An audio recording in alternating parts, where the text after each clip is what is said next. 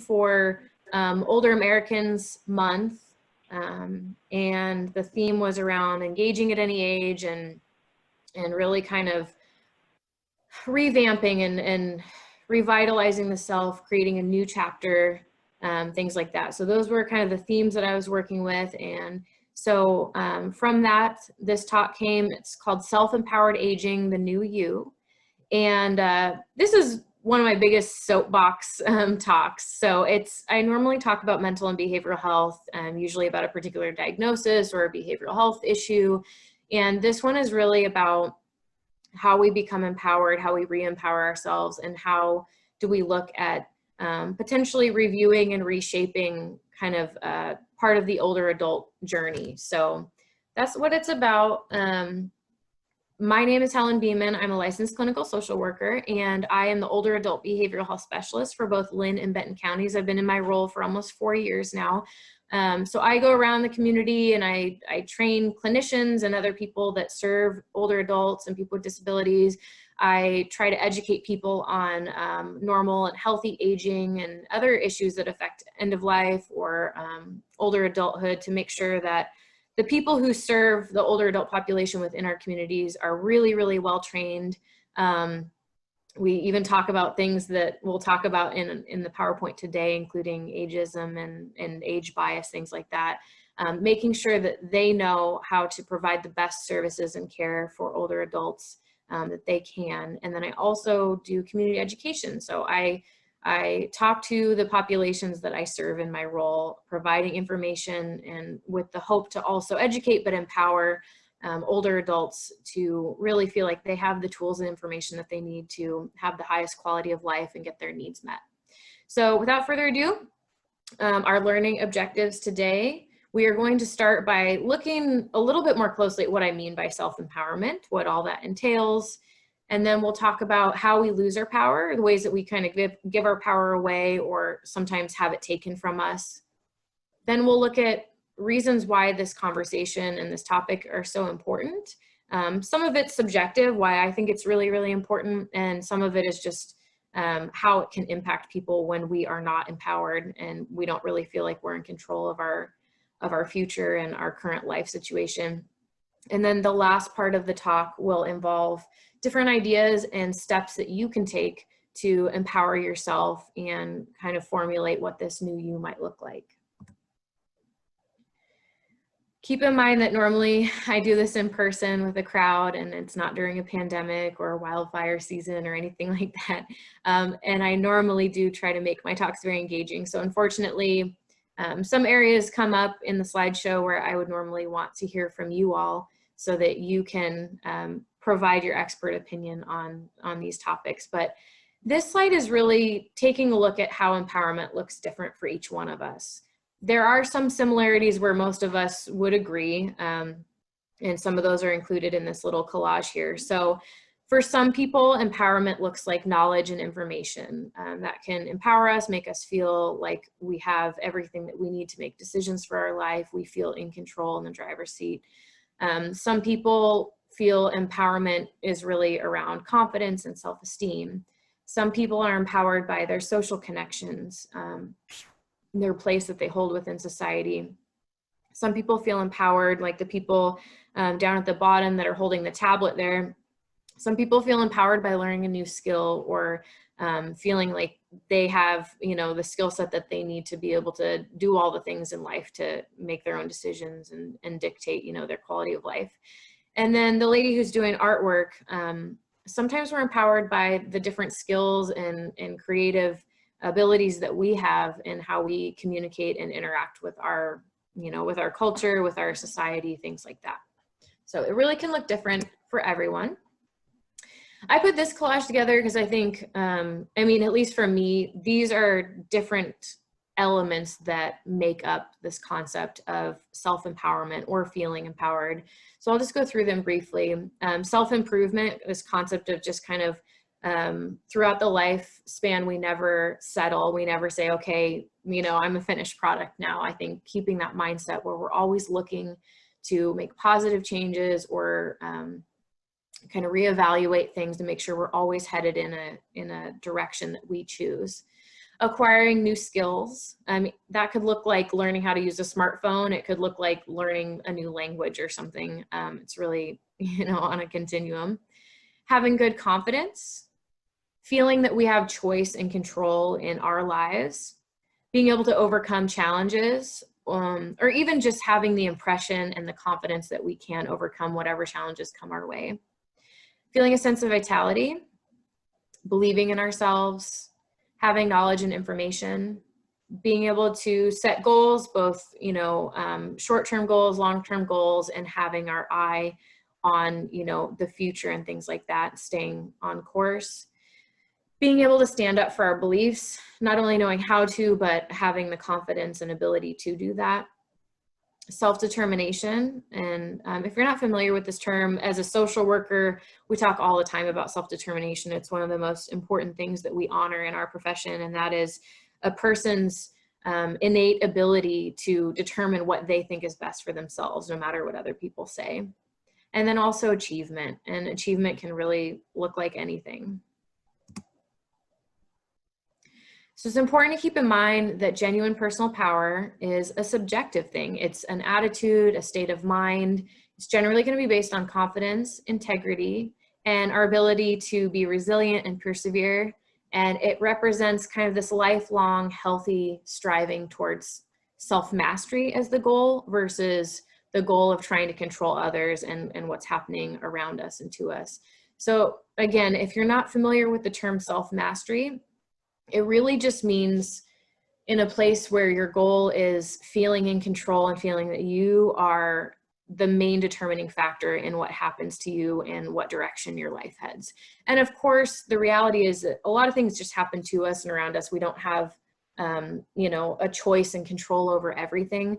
But this is coming back to this mindset where our goal is self-mastery. Our goal is this perception and this belief that we are in control of our perception and our experience of life versus feeling like we have a more outward focus. So again, this theme of empowerment as an inside job. It's kind of like when people talk to me when I used to see patients for individual or group therapy, and they'd struggle with confidence and self-esteem. And, they're like, how do I get people to like me so that I have good self-esteem? And I'm like, I get where you got to that point, but self-esteem, just like empowerment, comes from you, because you're the only one that really knows who you are, and you're the only one that really has a firm grasp on what you want and expect from life. You're also the only one who can really decide how much effort and energy you're willing to put forward towards whatever goals or vision you have for yourself. And then you're also the only one with the power and authority to make those choices to turn your goals or your vision into a reality. So in a lot of different situations in life, I think it can feel like we're not in control, or that other people have, more say, or they have a say in things that are very personal to us. But in all reality, we're the deciding factor in that. It just sometimes feels that we've lost the reins. Before I move forward on this topic, I think it's really important to bring up the issue of ageism. I'm going to talk a little bit about what I mean by ageism, what all that kind of includes, and its potential impact in everyone's life, whether you're 90 years old or 40 years old or whatever. I want that to be something that we address in this talk, because it can really be a big barrier for people in feeling empowered. So looking at how ageism shapes us, I found this quote, and it's hard. I read it out loud even when I'm doing this talk in front of a live crowd, but it's a hard thing to swallow. But this quote, I think, captures the issue around ageism. So, older people are likely to be seen as a burden and a drain on resources rather than a resource in themselves. Such gerontophobia is harmful because we internalize it. Ageism has been described as prejudice against one's future self. It tells us that age is our defining characteristic, and that as midnight strikes on a milestone birthday, we will become nothing but old, emptied of our passions, abilities, and experience, infused instead with frailty and decline. the reason why I chose this quote is because I think it captures so many different elements about ageism. So the first part is really represents, at least I can only speak for American culture, the ageism that I see within our own country. I've never lived outside of the country. I don't have a lot of worldly experience otherwise. So I can tell you that ageism in our country, this concept of older adults taking and not as much as in the past being seen as this incredibly valuable resource, an invaluable resource really, because of how ageism impacts people's perception of older adults. And this is referred to as gerontophobia. And the problem is when, especially when everyone, but older adults themselves start to internalize this, meaning that whether you realize it or not, after we get this messaging constantly that the older we get, the less value we have, or the less we can contribute, or the more of a burden we are on society, we get that messaging through so many different kind of streams of information from society, from social media, from marketing and advertising, from how people treat us, whether they really feel that they're being ageist or not. It happens on accident, it happens on purpose. But when we lose sight of the fact that we have internalized that and started to believe some of that messaging, it can be extremely damaging. So the next piece really just talks about how we're prejudiced against our own future self. And that really comes from when we have internalized something. And it's kind of like when we fight wrinkles and we don't want to talk about, you know, how old we are. If someone talks about, oh, your birthday's coming up, and we get grumpy and we're like, I don't want to talk about it, right? It's this internal struggle that's been created where we want to fight against older age and getting older, because we have been trained to believe that it's just kind of like, I don't know, the sands of time are just like draining away from us, and with that our value and all the things that make up a human being and a human being's worth, which is, like this quote says, passions, abilities, experience, things that you only really get because, you know, you've lived a long life. And so I wanted to, you know, I don't want to go further into this quote, but we'll continue to address ageism in the next couple slides, and then we'll go from there. Another thing that always comes to mind when I'm doing this talk is that, you know, we can fight against getting older, and we can, you know, kind of despise the process or whatever, because not all parts of aging feel graceful or pleasant. But it is something important to remember that becoming older, becoming an older adult, having a long life, I really believe is a gift, and it's not something that everybody gets to do. So just remembering that it's a really special thing, however many birthdays that we can have. So again, ageism is alive and well in the United States. We have countless stereotypes about old age and things like that, and negative age bias. And like I said before, it's little pieces of messaging that really go unnoticed for most of us, unless you're really tapped in. The more I learn about ageism, the more I see it. So I know some people can't see the pictures here, but there's a picture that is comparing a little boy to an older adult, and they're trying to exercise and do a pull-up. You know, we have this concept of we get frail, we get sick, we can't keep up, right, the older that we get. And then there's a woman, and she's holding kind of a younger version of her face, almost like a mask that she's peeled off. And she's a very attractive older adult woman. And so when I think about, you know, how our beauty norms contribute to ageism and are ageist in our society, just pick up any magazine. It doesn't, I mean, it could even probably be a business magazine. I'm sure there's probably an ad in there for beauty materials, cosmetics, anything like that, plastic surgery. There is a theme, a very, very straightforward theme in our society that we want to fight the wrinkles, dye our hair, hide the gray, look as young as we can for as long as we can, right? Don't tell people our age, all the things that we do, right?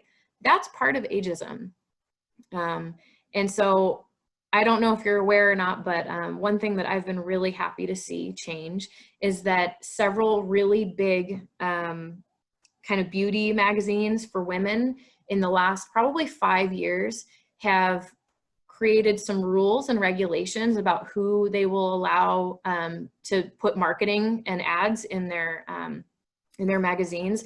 And then the brands that they already work with, they have regulations and rules around kind of even the language that they can use in their ads. So for instance, there are several magazines who will run an ad for any product, but they won't allow them to use phrases like anti-aging. So they'll talk about maybe this serum is now pro-aging, right? So changing that language, it might still be a wrinkle cream, right? Not everybody has to embrace wrinkles, but they're making sure that they're not contributing and continuing ageist concepts in how, you know, their magazine markets products. So just simple changes like that. I also see a lot more, even on email advertisements for clothing companies, they're using models that are, some of them are probably 19 and some of them are probably 65. So they're really starting to have older adults represented in the marketing, because it's not just 19-year-olds who shop for clothes, right? It's everybody. But historically, you know, we use really young, good-looking people. This concept of youth is the best, and that's how we get marketed to. And whether we realize it or not, that sends messaging to us that we need to try to preserve our youth and look and feel as young as we can for as long as we can. And that at the core is very ageist. So the other concept is for older adults, recognizing the current reality, accepting that ageism is a thing and how it can impact us, I think is very, very vital before you can move forward towards self-empowerment. So it's not a great thing. I wish ageism wasn't a thing, but it is. And so just kind of accepting that and tuning into it so that you're not only aware of it, but that you catch it more often than not. That will help you be less impacted by the effects of ageism. There's also a picture down at the bottom for folks who can't see the images. There's a woman that has an expiration date on her forehead. It says best before March 73. So that's kind of another image. And then there's another picture that says application for employment, and it's got a big red stamp on it that says too old. So also thinking about how ageism very much can create significant barriers for people to do what they want, right? The self-determination, like if you're 85 and you want to start a new career, you should be able to do that. This is America, right? It's kind of the core tenets of what our country is meant to be. But the reality is that ageism absolutely impacts an older adult's ability to not only stay in the workforce, maintain their high positions, or re-enter the workforce at any age. So to alleviate the negative effects of stigma within our lives, older adults can focus on self-empowered aging and engage in meaningful activities to be able to realize their goals. So how do we take the reins back and age on our own terms? Like I said several times, myths of aging condition us on what to expect in older adulthood. So we've all heard the age-old adage that says old dogs can't learn new tricks, right? We always hear people talking about, okay, you hit 40, you're over the hill. I remember my parents both having this really dark, you know, kind of birthday celebration, if you can even call it that, when they hit 40 years old. And I remember my coworkers filled our office with black balloons, and there was like gravestones, and it was just, I mean, I know it's all for fun, but the concept that someone is over the hill now, it's all downhill from the age of 40, even, you know, 20, 30 years ago, that is just so bizarre to me, because first of all, I'm almost 40 and I feel like I'm just getting going. And on top of that, the lifespan for humans just keeps increasing. So we're just getting started, you know. I always tell people like 40 is the new 20. But it was just interesting to think back on all the different things as a child growing up that like leave an impression on you, like, oh my gosh, I never want to turn 40, right? Like gravestones and black balloons and everybody feels sorry for you, and then you have to start hiding your age from there. Like it's ridiculous. So we get this kind of messaging, we get told, you know, your body's going to start to break down, you'll become ill, you'll become frail, you can't do these things, you better do this before you can't do that anymore, like traveling or whatever the case may be. These are myths. We know that at any age, people can learn new things. We know that cognitive decline is not a normal part of aging. Does it take us longer as we, get older to retrieve certain information and to do certain things? Yes, that happens, but that's not losing intelligence or losing an ability. I recently did a training on ageism to learn more about it. And, here I am thinking, oh, this will be a good refresher. I'm already kind of an expert on this, right? Well, I learned some new things. One of the most eye-opening things that I learned was that hearing loss is not a normal part of aging. And I was like, well, I know, it's ridiculous how people will come up to an older adult or even someone with gray hair and they'll just, if they're a young person, they'll start to speak really loudly or slow down. And that's part of the things that I train people to understand, like, yeah, that's really disrespectful. And like people, who you might think are older than you do not necessarily have any hearing loss at all. What I found out is that in non-industrialized countries or areas in the world, they don't experience hearing loss. Up until the very end of their lifespans, they don't have hearing loss. So obviously we're in an industrialized country, and our hearing loss that happens to most of us is because we're around a lot of noises and things that damage our hearing. But it doesn't necessarily have to do with getting older. We would retain our hearing if we lived in a quiet village somewhere our whole lives. So even the myths that like I didn't realize were myths, I just, I continue to learn new things. So all of these things, all of this messaging, marketing, the myths, is negatively shapes our perception of aging and thus our experience of older adulthood. In psychology, no matter kind of what concept you're looking into, whether it's aging or anything like that, we know that humans are very impressionable. So one major thing that we know to be true is that if people suggest something to us and tell us what to expect or how something's going to be, we get a lot of messaging and information about what to expect. It can tend to turn out to be true because we actually have a lot of impact. The lens that we look at things through really shapes our perception and our actual experience of whatever it is that we're looking at. So if we're thinking, oh my gosh, I don't want to get older because no one will think I'm good looking anymore and no one will think I can do anything anymore and they probably won't let me come to work anymore and they'll think I can't, just be this vital older adult, then that tends to be the direction we'll head. Because it changes the way that we experience that process. On the flip side, which is the good news, if we have a positive outlook or a realistic outlook and we don't accept the myths around aging and we don't accept people telling us that we can't, right? Then that can shape our experience into something that is really, really positive and empowered. So in terms of resetting aging, we can look to new research insights, which includes, we know that what we thought like older people, they can't learn new things once you get to a certain point. You can't create new brain cells. Well, we know that's not true anymore.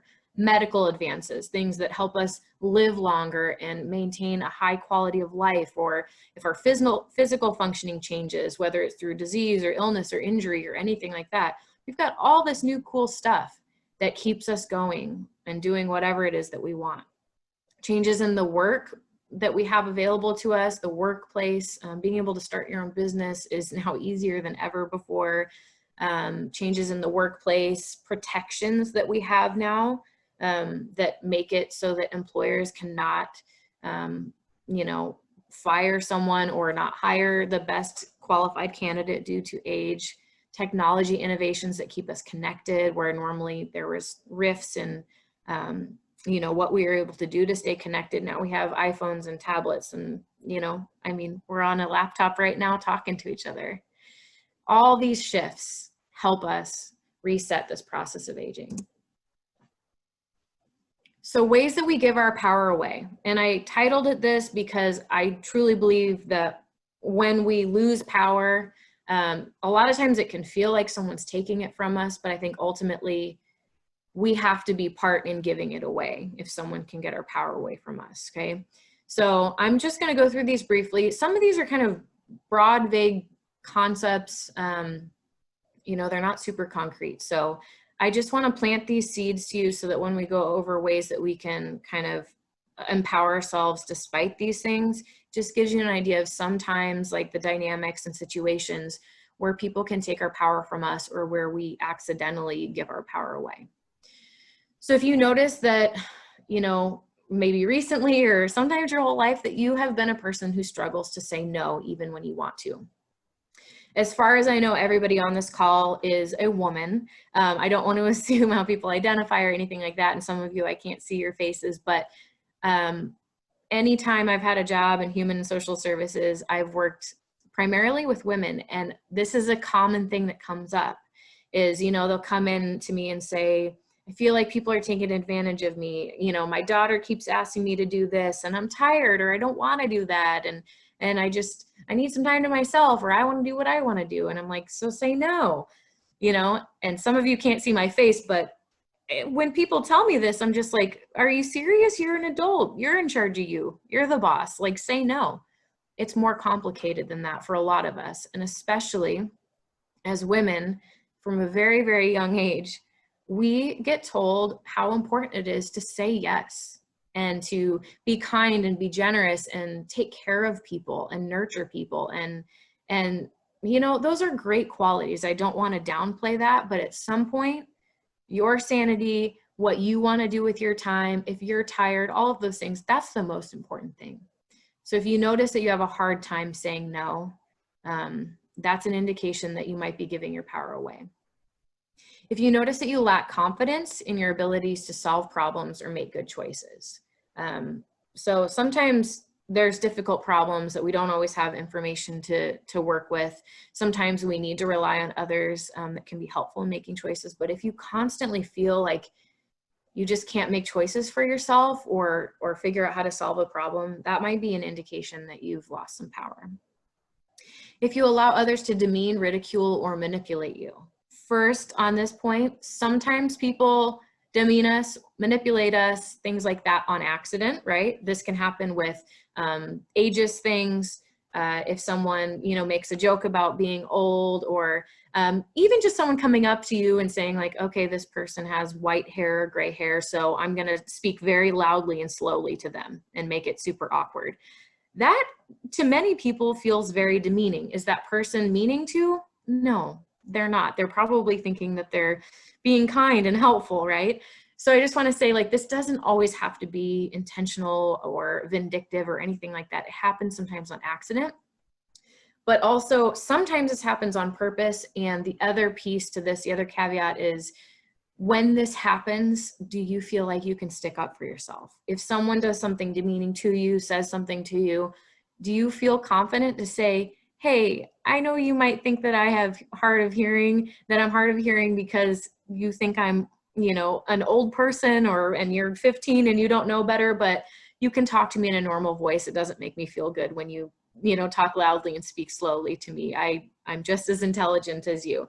Something like that. Like, do you feel like you can stand up for yourself when this happens? The next item is if you define yourself by the way others treat you. This is one of these light bulb moments. I've seen so many people have it, especially during individual therapy sessions. It happens a lot to women. Of course, I've worked more with female clients than male clients, but this can happen to anyone. And it's where we've generally by accident started to define our value and our worth, even our expectations, what we ask of other people, by the input that we get from how people treat us. So for instance, if you've ever, you know, known someone that has family members, maybe adult children, who are not very kind to them, and they treat them really poorly, and this person, no matter what they do, they still get treated very poorly. After a while, it wouldn't be hard to believe that that person has internalized this and has started to have messaging in their mind or self-talk that says, I must not be a good person. I must not deserve people to be kind to me, because no one in my life treats me kind, right? So this is a natural thing that can happen, but this isn't real, okay? So we don't define ourselves. Our value is not determined by the way others treat us, okay? And that leads really nicely into the next one, which is if you struggle with healthy personal boundaries. What I mean by that is if you find people in your life that do not treat you the way that you deserve to be treated and don't recognize your value. Someone with healthy personal boundaries will say, hey, this relationship is toxic and it's not working for me. This is how I expect to be treated from someone in my life who cares about me. And if you can't do that, we can't have this relationship anymore. So healthy personal boundaries can be very difficult for people to put into place and to maintain. And there are just some people in our lives that will always kind of push our boundaries. This ties in a lot with if you're a type of person that feels like you can never say no, right? The reality is that we get more and more comfortable as we start to say no and start to implement personal boundaries.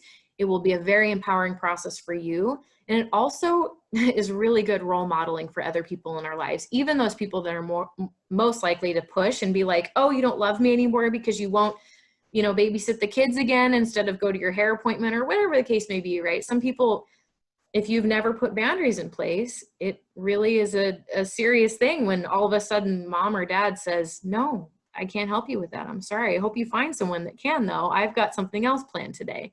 But it really, once the table turns, once that shift really happens, when somebody finally recognizes this person's creating some boundaries for themselves, it usually earns you a lot of respect. And the whole entire process of creating personal boundaries is very empowering. The next piece is if you notice that you carry anger or resentment about particular past experiences. So this is what we call baggage, okay? And it's specifically around this anger or resentment, some sort of negative feeling that you just have about a particular past experience. Sometimes that indicates that we feel, maybe taken advantage of, manipulated, whatever the case may be, but it's left that anger, resentment in its place, right? When we feel someone took our power or that we gave power away. And if you tend to automatically expect the worst from life, so this ongoing negative lens that you view life from, somehow, somewhere you just got kind of set into this really negative, sour outlook on life. And that means that you do not feel very empowered. Ideally, a self-empowered person will have the experience that they are in the driver's seat and they're in charge. They feel very much in control of their experience of life. And so if your power has been taken away or you've given it away, I would assume that most people would feel pretty negative and or anxious or scared, because when we don't feel like we're in control of our own lives or our own future, that is really not a good place to be in. Some of the reasons why we give our power away, okay, and this is just normal human being stuff. A lot of us seek approval. I mean, these are things that we're hardwired to do, okay? So when we're seeking approval of others, most of us really do want to feel needed.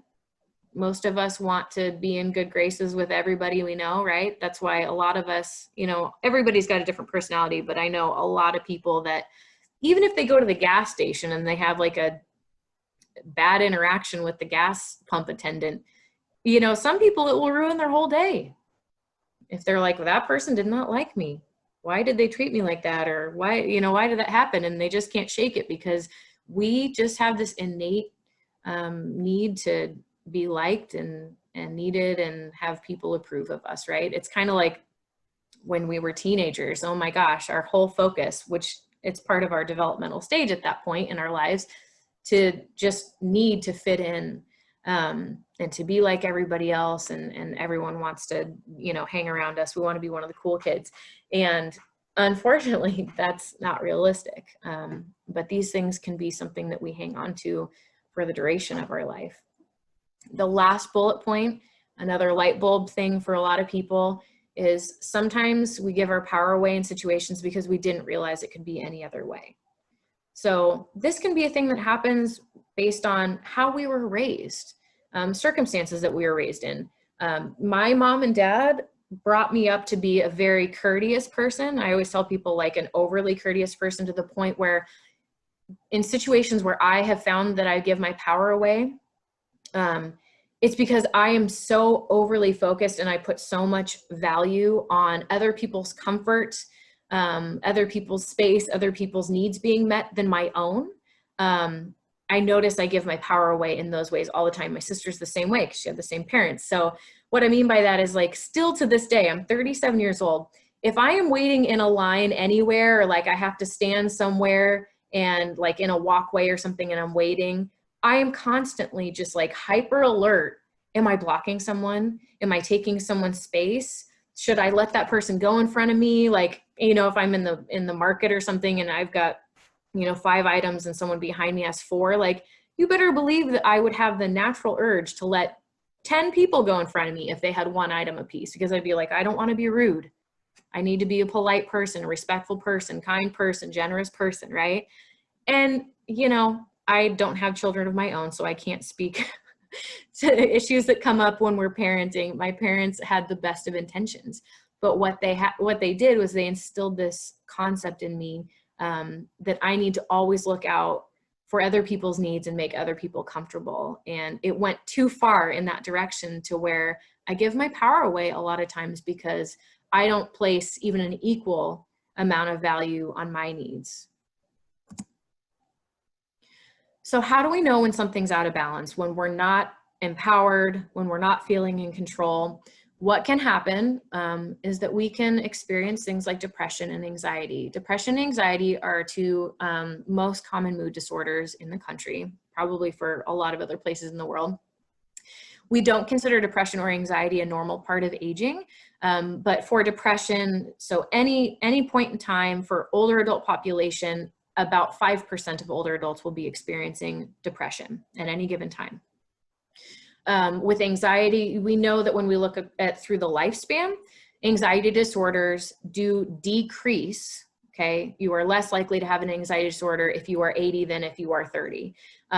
One of the neat things about that is that the idea is around thinking, well, why do anxiety disorders decrease the older you get?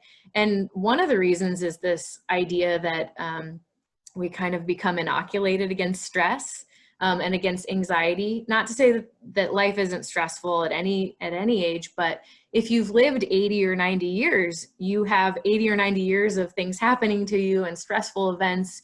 And what's happened is that no matter, you know, what you've experienced in your life, you've gotten through it, right?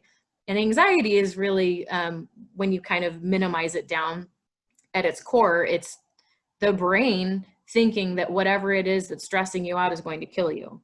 And so after 80 years of it trying to say, you know, oh my gosh, we got into a fender bender, this is going to kill us, right? And you experience anxiety, your brain has learned, no, this is stressful. We bumped into someone. Now we have to call our insurance. It's going to be a pain in the hiney, but it's not going to kill us. And so that's one of the theories around why we see anxiety disorders decrease with age. It doesn't mean that plenty of older adults don't experience anxiety, because they do. It's very common, but it's not a normal part of aging. And it's something that, you know, you have to worry less and less about as you get older. So just briefly looking at some basic signs and symptoms of depression and anxiety, we'll start with depression. The term is actually anhedonia. So if you ever go to the doctor or talk to a mental health professional and they say the word anhedonia, or you see it if they have you to do, fill out like a questionnaire about mental health when you come in for an appointment, it means loss of joy or loss of interest in life. So I think of it as kind of feeling blah or feeling meh, like when you just can't experience joy. And it's been lost somewhere. That is a sign that you might be experiencing depression. So depression, anxiety at their core, they are an imbalance of neurotransmitters. Our chemicals are not balanced in our brains and our bodies. Another thing that you can see that's very common with depression is feeling exhausted, fatigued. And I mean whole body, whole mind, whole spirit. So mentally, psychologically, physically exhausted. Some people have a hard time getting enough energy when they're very depressed to brush their hair, brush their teeth, leave the house, fix a meal, okay, get out of bed. Feelings of guilt and feelings or thoughts around worthlessness.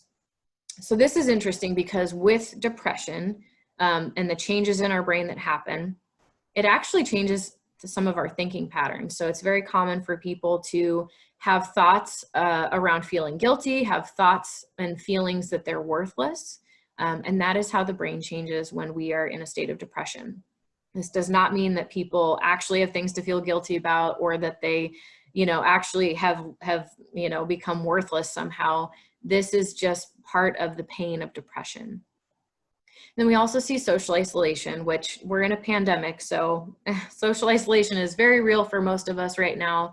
But when we become depressed, a lot of times people will naturally isolate due to the things that I've already talked about.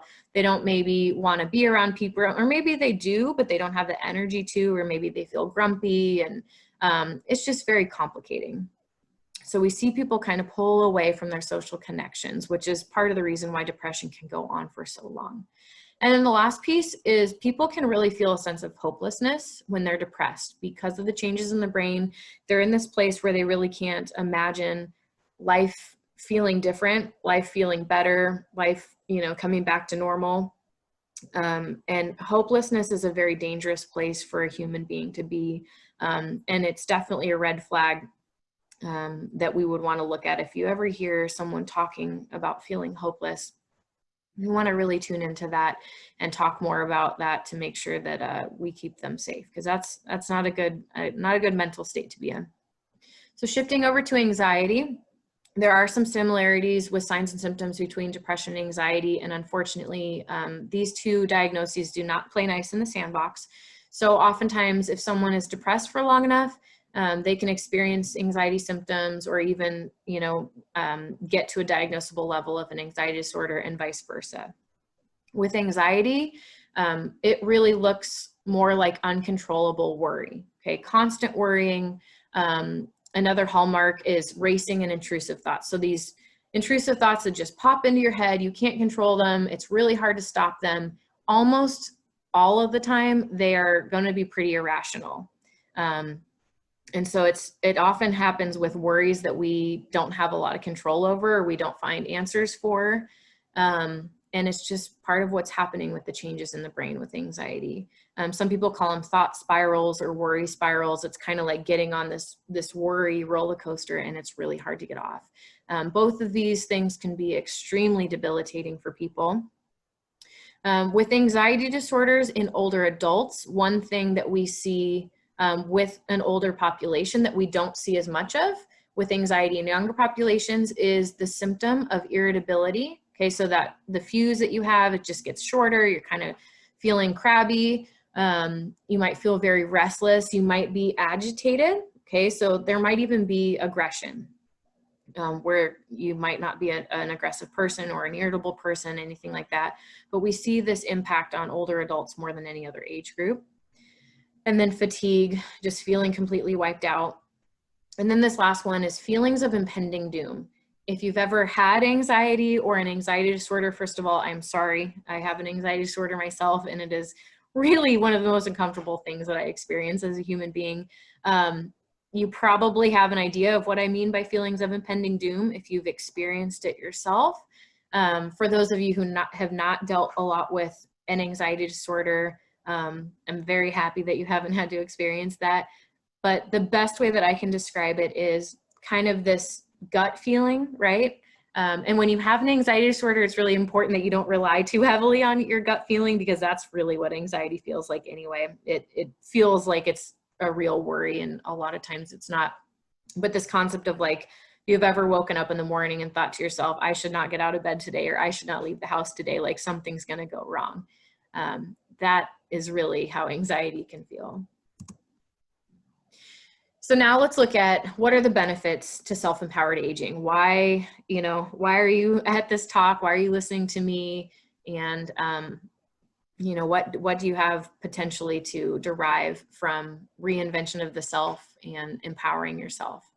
It can keep your mind active. Okay, and brain health is one of the most important things that we can do to have a high quality of life and to age and live independently for as long as we want. It helps maintain our physical health. And with that, brain health and heart health are two of the most important things. I'd say the two most important things that we can do for ourselves for healthy aging and quality of life.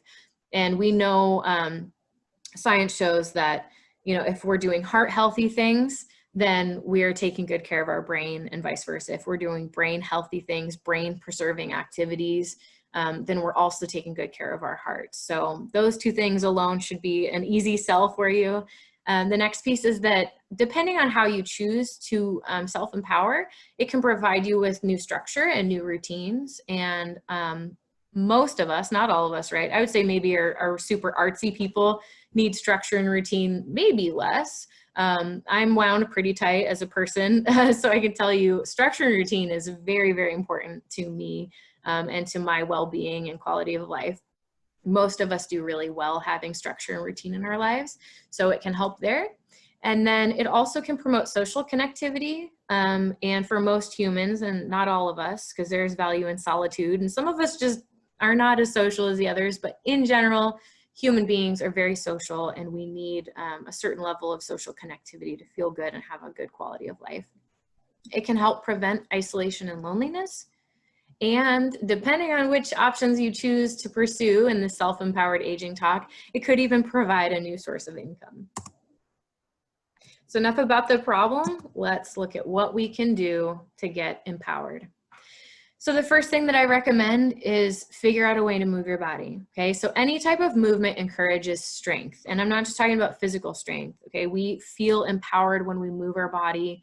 I always try not to use the E word, exercise, in my PowerPoints, because a lot of people hear exercise and they're like, oh gosh, she's telling me to go get a gym membership, or maybe I should start training for the, marathon or something. I don't mean that. I literally mean if you want to figure out how to go bowling or start a bowling team once the pandemic's over, or if you want to turn on music and learn a new dance in your house and your cats can watch you, like any kind of movement that feels good to you and is safe for you, that is empowering. And it also does a whole lot of things that benefit you, your mind and body, because any kind of movement like that is going to encourage this dump of feel-good hormones in our brains. So hormones, neurotransmitters that increase our mood, make us feel good.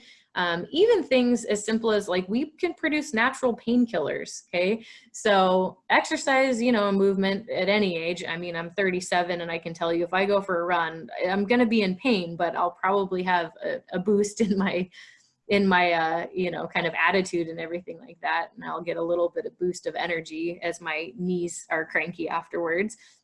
But it can also help us feel more mentally clear. It can help us feel more emotionally well-balanced.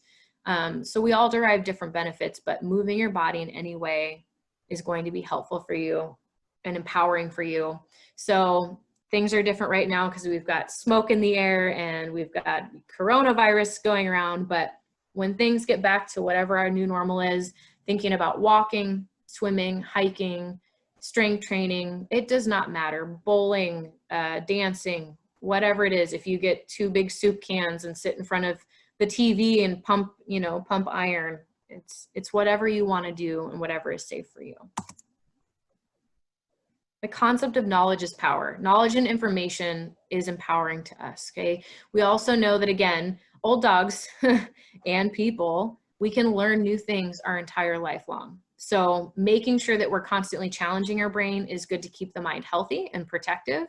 It's also good for the body too. So learning stimulates us, it re-engages us, and it serves to empower us. It can help us increase our confidence when we feel like we have the knowledge and information and skill sets to do whatever it is that it's important to us.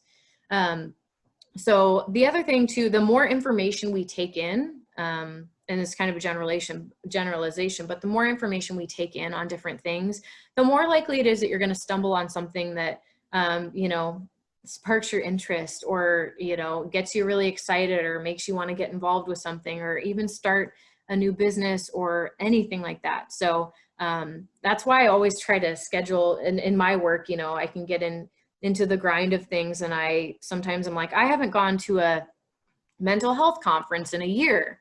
Right? And I realize how disconnected I feel from my career. The other thing is, like, sometimes, you'll find out new concepts that get you going in a whole different direction. It's also nice to just get new information and make sure that you're staying current on anything that's important to you.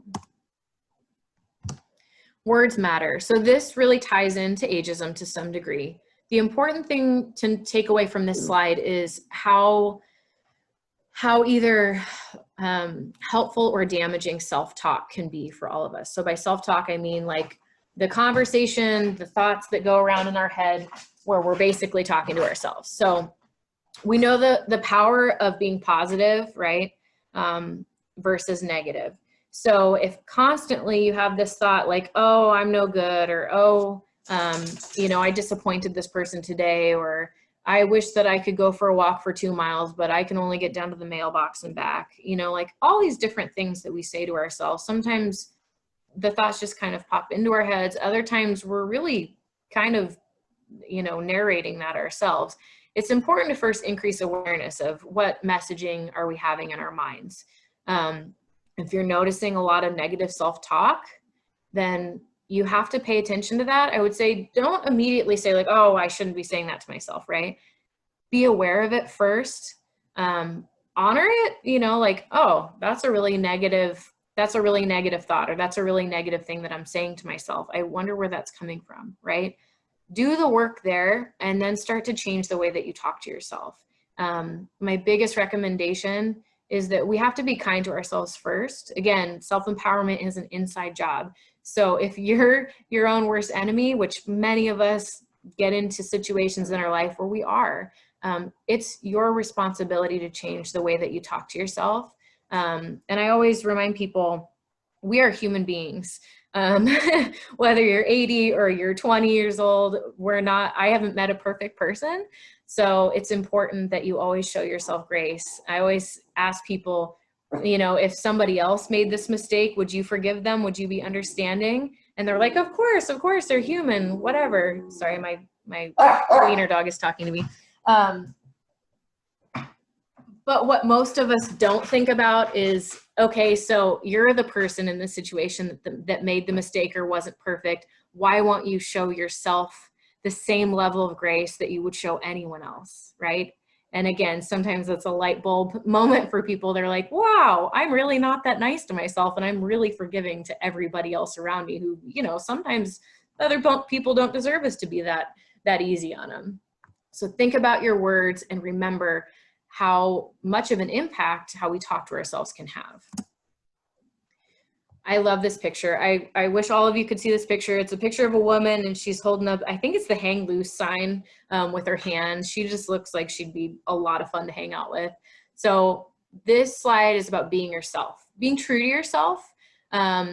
If you're not a version of yourself that you like very much, or you think maybe, oh, I forgot who I am or what I'm all about, and I want to look into that and I want to reinvent myself or at least reassess the direction I'm heading.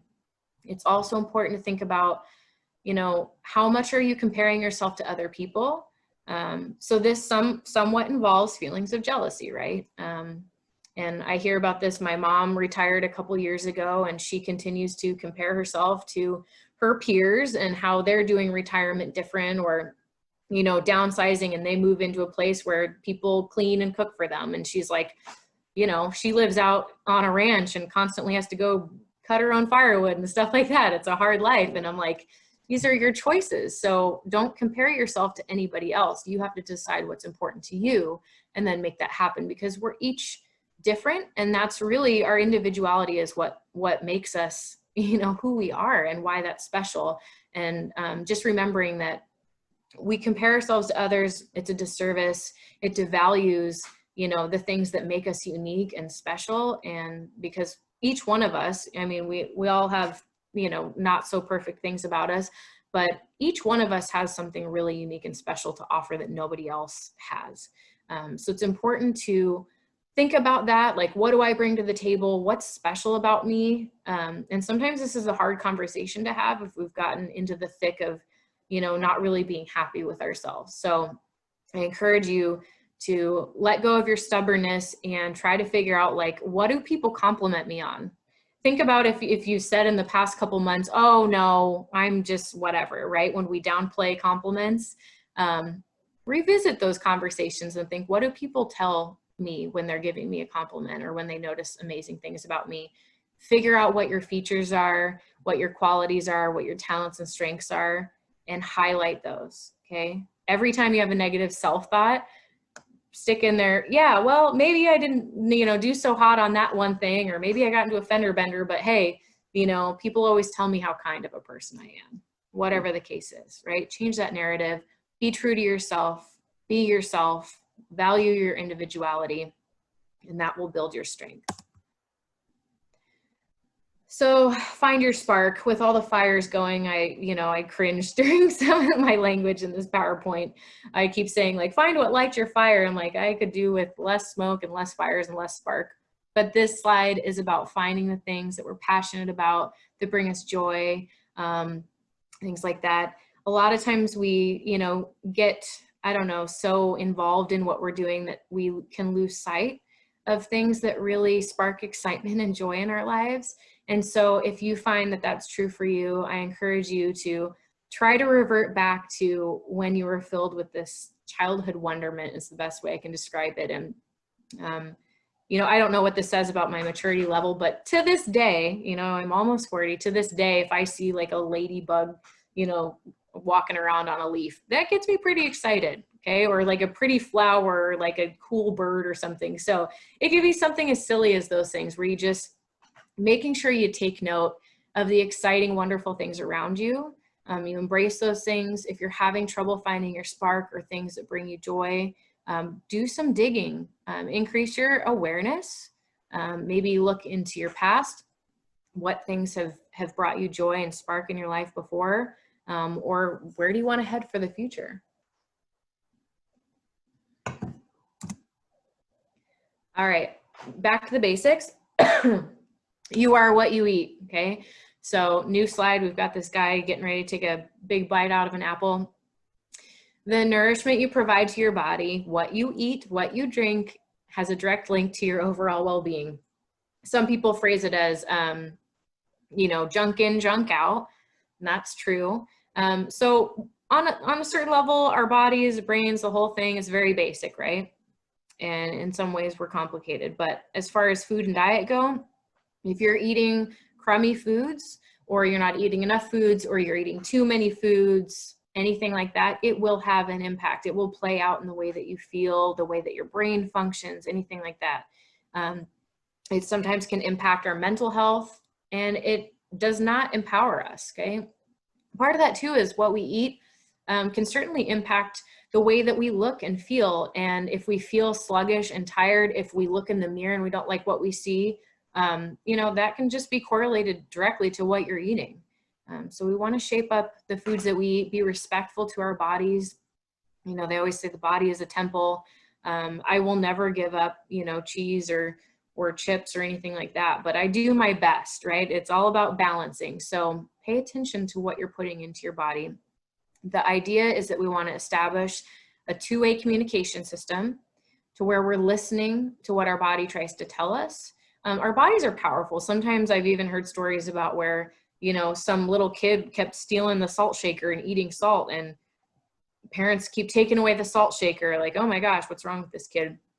Then they go to the doctor, the hospital, and they do, blood work, and they're like, yeah, your kid's super sodium deficient. His body was saying, I need to, down as much of the salt as I can to be balanced. And so we look at it and be like, oh my gosh, you're going to, have a sodium overdose or whatever. But his body was telling him that something was off. And so that's the idea, is that we want to pay attention. We are already designed to have this messaging system. It can get a little bit wonky sometimes. So if you feel like you're doing everything you can to eat well and to treat your body right, and you're not getting the results that you need, things still feel off, it's time to talk to your doctor. They may even be able to refer you to talk to someone who can go over more nutrition, maybe do more lab work, something like that, and figure out maybe something that's a little bit hard to pick up on. Find your peace, okay? So as mental health professionals, I can tell you it doesn't take a lot. It doesn't take a lot of time or effort in your day to reset, okay? You don't need to spend 2 hours on a yoga mat or anything like that, meditating, mindfulness, whatever. If you can take 5 to 10 minutes out of your day to take a pause, okay, and that pause will look different for each one of us, depending on where we are. My sister's pause, she has 2 little kids, so she takes her pause, she locks herself into a bathroom and closes the door, locks it, turns off the lights, and tries to ignore little fingers poking underneath the door crack. For me, a pause would probably look like going outside, walking my dogs for 10 minutes.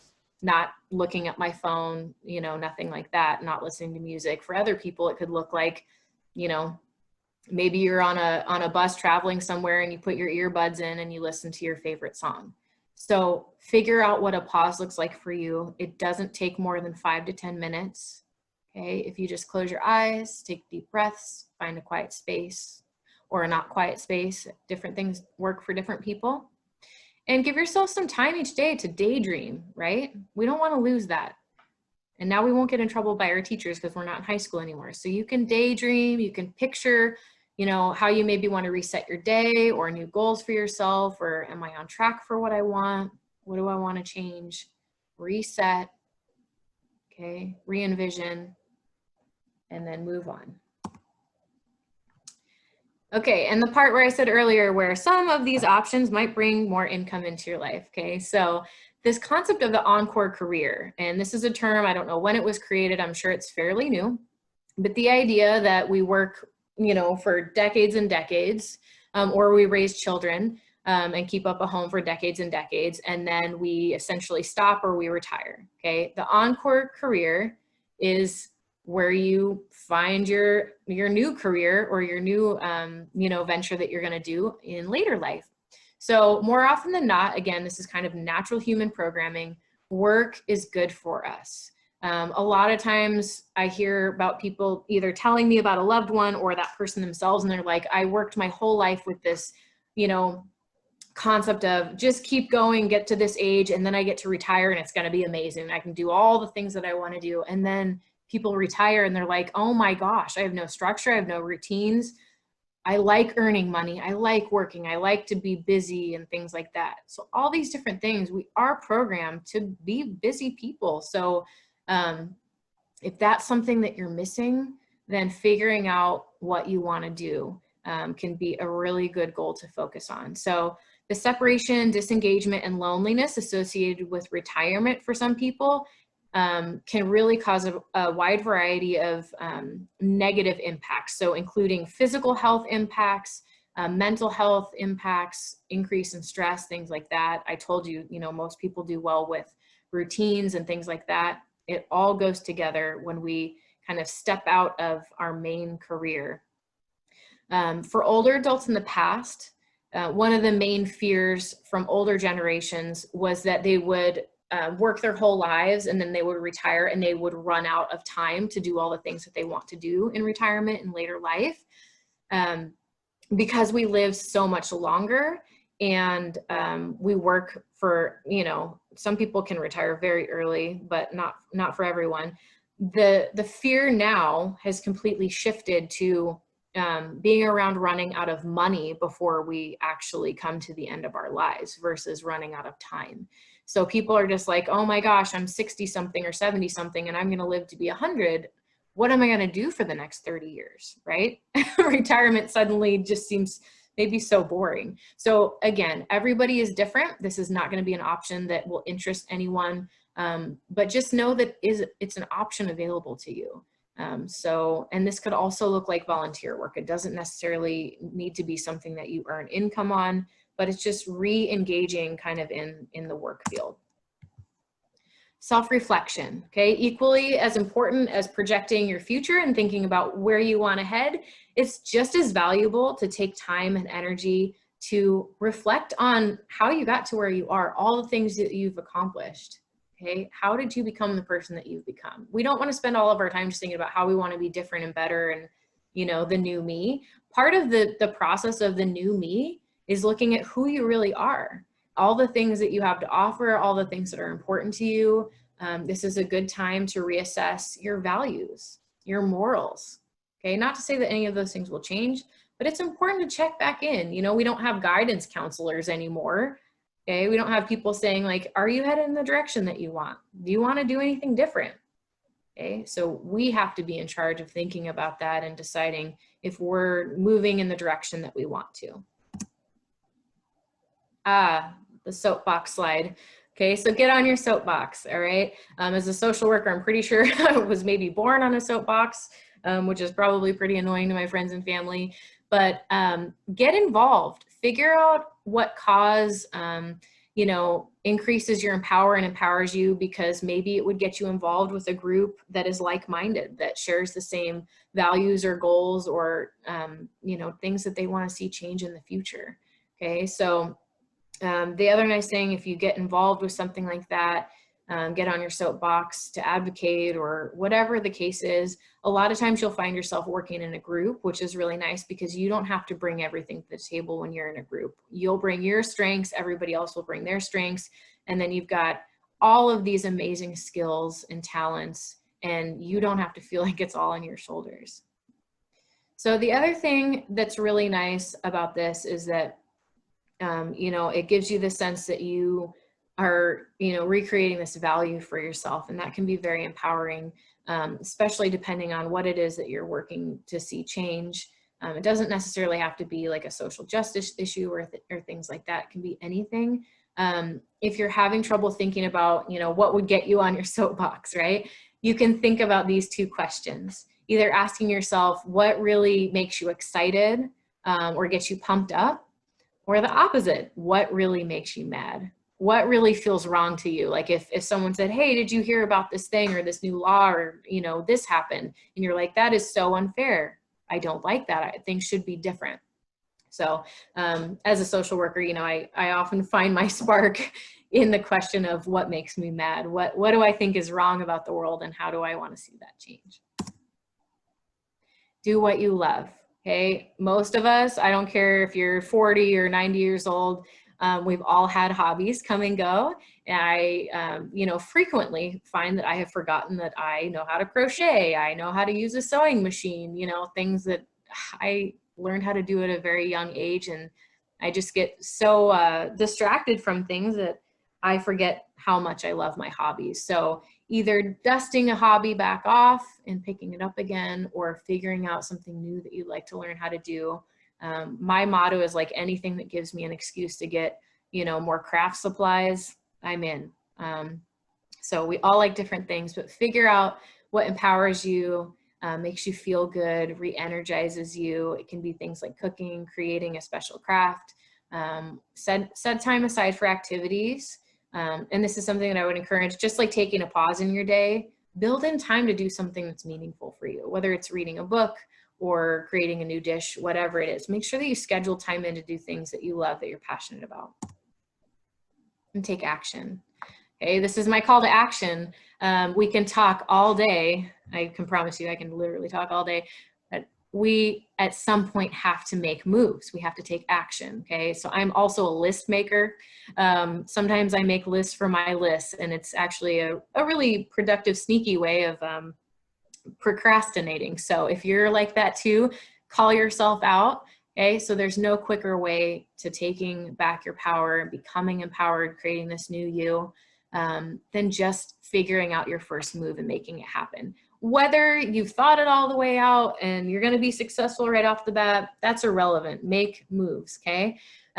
We'll reevaluate throughout the entire process, but we don't want to let ourselves get stuck postponing taking this initial action. So today, I encourage you, or when you get ready to, instead of just thinking about doing something, actually do something to move the mark, okay? And then initially, I always recommend when you're starting to do behavioral changes or setting new goals, go for low-hanging fruit. There's nothing wrong with that. And I can tell you, being a behavioral health professional, humans need, you know, to have this motivation and this this momentum built up early on when we're trying to do things that are maybe not so pleasant or frustrating. And so go for the low-hanging fruit, get yourself some early easy successes, and then you'll just naturally build momentum, and it will help empower you and move you through to the next parts.